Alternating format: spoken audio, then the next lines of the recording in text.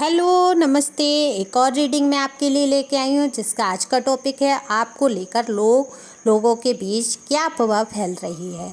तो हम यही देखेंगे कि लोग क्या बात कर रहे हैं, क्या अफवाहें फैल रही हैं लोगों के बीच में आपके बारे में। तो टैरो कार्ड के माध्यम से ये देखा जाता है और ये जनरल रीडिंग है। हो सकता है आपसे रेजोनेट हो सकता है ना भी हो। तो जितनी आपसे रेजोनेट हो वो आपके लिए, बाकी किसी अन्य के लिए हो सकती है। तो हम चलते हैं कार्ड पे, और एक लाइक तो बनता है रीडिंग के लिए, और कमेंट्स करके अपनी एनर्जी सेंड करें और बताएं कितना रेजोनेट हुआ। और पहली बार आए हैं आप मेरे चैनल पे तो सब्सक्राइब करके अपनी एनर्जी को सेंड करिए। तो कार्ड मैंने पहले ही सफल कर लिए हैं। तो कार्ड में दिख रहा है कि पहले आप पास्ट में बहुत गुस्से वाले थे, बहुत गुस्सा आता था आपको, जल्दी ही गुस्सा आ जाता था। लोगों का सोचना है कि अब आप उतना तो नहीं, पर अभी भी आप गुस्से से भरकर कुछ भी बोल देते हैं। तो आपसे जलने वाले आपको गुस्से वाला बताकर अफवाह फैलाते हैं आपके लिए कि अरे ये तो बहुत गुस्से वाला है, ये तो कुछ भी बोल देगा। तो आपके बारे में यही अफवाह फैलाते हैं। लेकिन ये कोई सोचने की कोशिश नहीं करता कि आखिर आपको गुस्सा आता ही क्यों है। ये जानने की कोई कोशिश ही नहीं करता। जब लोग आपकी बात करते हैं, कोई भी बात नहीं समझने की कोशिश करते हैं, या वो बातें ऐसी करते हैं जो आपको अच्छी नहीं लगती हैं, आपको समझ से बाहर होती हैं, आपको उल्टी सीधी बातें नहीं पसंद हैं, तो आपको गुस्सा आ जाता है। आप समझाने की कोशिश करते हैं, लेकिन जब सामने वाला नहीं समझता है तो आपको गुस्सा आ ही जाता है। तो आपका स्वभाव दूसरों से थोड़ा अलग है। लोग ये भी फैला रहे हैं कि आप एक जिद्दी स्वभाव के पर्सन या पर्सनी, जनरल रीडिंग है ये, मेल फीमेल दोनों के लिए ही है। तो आपको जिद्दी स्वभाव का पर्सन या पर्सनी मानते हैं। तो आप जो ठान लेते हैं वही करके रहते हैं। आपने बहुत सारे अच्छे मौके गंवाए हैं जिद की वजह से, तो यही लोग फैला रहे हैं आपके बारे में। लेकिन अब आप बदल रहे हैं, अपने अंदर बदलाव ला रहे हैं।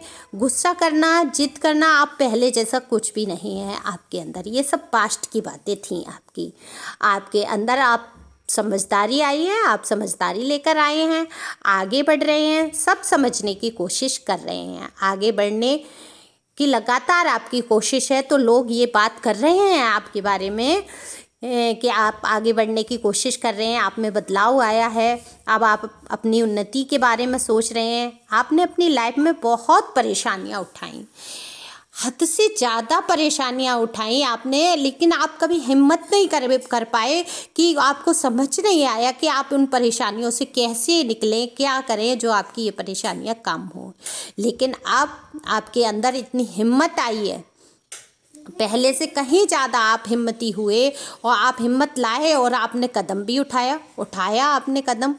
अब पीछे नहीं हटते, आप लड़ सकते हैं। अब आप परेशानियों से, लोगों को यही दिख रहा है कि अब आप पहले जैसे नहीं रहे, आप बहुत मजबूत हो गए हैं।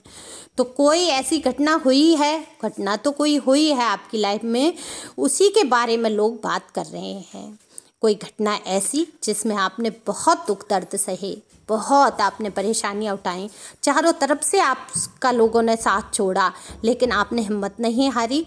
और हिम्मत रखते हुए आप जो आगे बढ़े हैं, जैसा कि पहले गुस्सा भी आता था, जिद पे अड़ जाते थे, वो सब छोड़ के आपने एक हिम्मत बांधी, अपने अंदर मजबूत बनाया खुद को, और आप जो आगे बढ़े हैं आप लाइफ में, आपने परेशानियों को भी हराने की कोशिश किया और कहीं हद तक आप परेशानियों से उभरे अपनी हिम्मत की वजह से, और एंजल आपके हमेशा साथ रहे।